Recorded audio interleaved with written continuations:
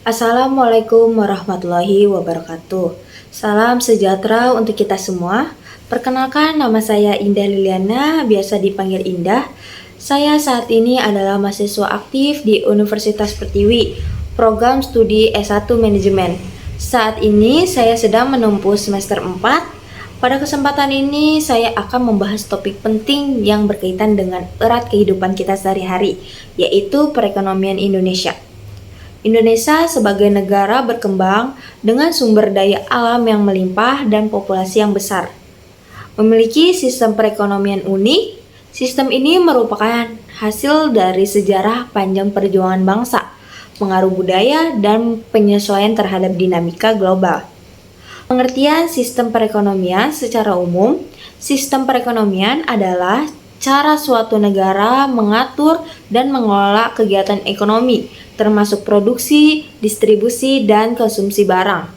Sistem ini mencerminkan bagaimana peran pemerintah dan swasta dalam kegiatan ekonomi.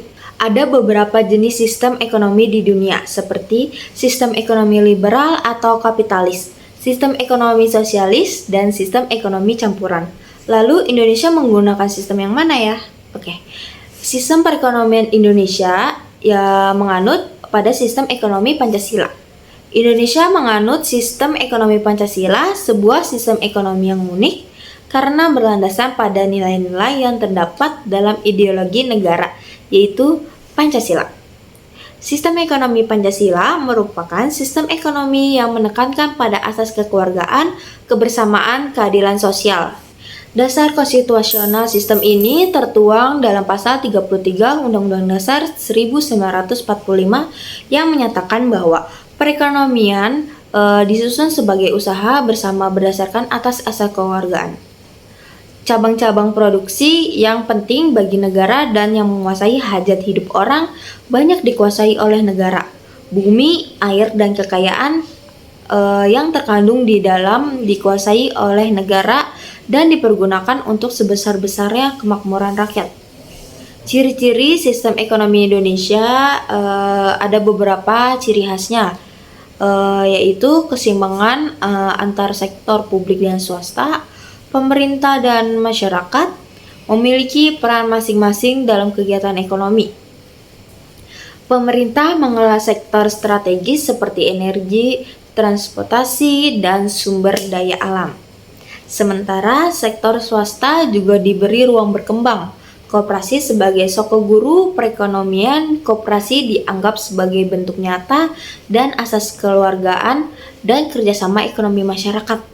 Dalam praktiknya, koperasi menjadi salah satu alternatif bagi masyarakat kecil untuk berkembang secara ekonomi, intervensi negara dalam ekonomi. Berlandasan nilai-nilai Pancasila, etika ekonomi Indonesia harus selaras dengan nilai-nilai kemanusiaan, keadilan, dan gotong royong. Peran pemerintah dalam sistem ekonomi di Indonesia, pemerintah Indonesia tidak hanya berperan sebagai regulator, tetapi juga sebagai pelaku ekonomi. Berikut beberapa pentingnya pemerintah. Menetapkan kebijakan fiskal dan moneter, seperti pengaturan pajak, anggaran negara, dan suku bunga. Mengelola BUMN, Badan Usaha Milik Negara, untuk memastikan kebutuhan dasar masyarakat tetap terjamin. Memberi subsidi pada sektor penting seperti pendidikan, kesehatan, dan pertanian. Mendorong UMKM sebagai pilar penting dalam menciptakan lapangan kerja dan mengurangi kemiskinan. Tantangan sistem ekonomi Indonesia, meskipun sistem ekonomi Pancasila menawarkan konsep ideal yang berkeadilan sosial, dalam pelaksanaannya masih menghadapi sejumlah tantangan, antara lainnya ketimpangan ekonomi antara kota dan desa, antara daerah kaya dan miskin, korupsi, dan birokrasi yang menghambat pertumbuhan ekonomi.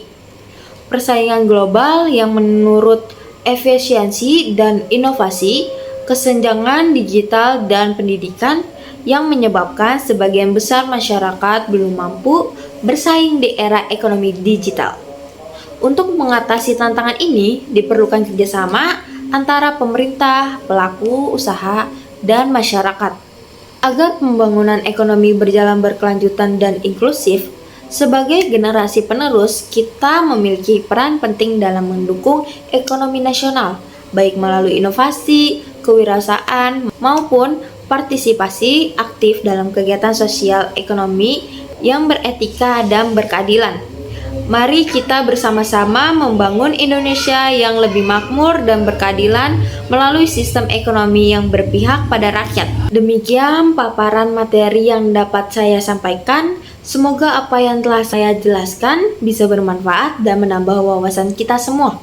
Saya menyadari bahwa masih banyak kekurangan dalam penyampaian ini, maka saya sangat terbuka untuk pertanyaan, kritik, dan saran yang membangun. Terima kasih atas perhatian dan kerjasamanya. Wassalamualaikum warahmatullahi wabarakatuh.